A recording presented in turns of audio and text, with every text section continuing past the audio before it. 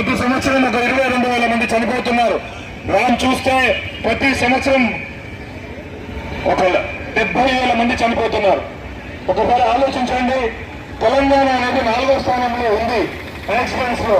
తమిళనాడు, ఉత్తరప్రదేశ్, మధ్యప్రదేశ్ ఇది first, second, third places occupy చేశాయి. తెలంగాణలో ఇప్పుడిప్పుడే అవేర్నెస్ వస్తుంది, జీవితంలో బ్రతకాలి అనే ఆలోచన వస్తుంది, నమ్మకంతో ముందుకు వేస్తున్నారు. కాబట్టి ఆలోచించాలి ఒకసారి యువత. అతివేగం ఎందుకు? ప్రాణాలు కోల్పోయి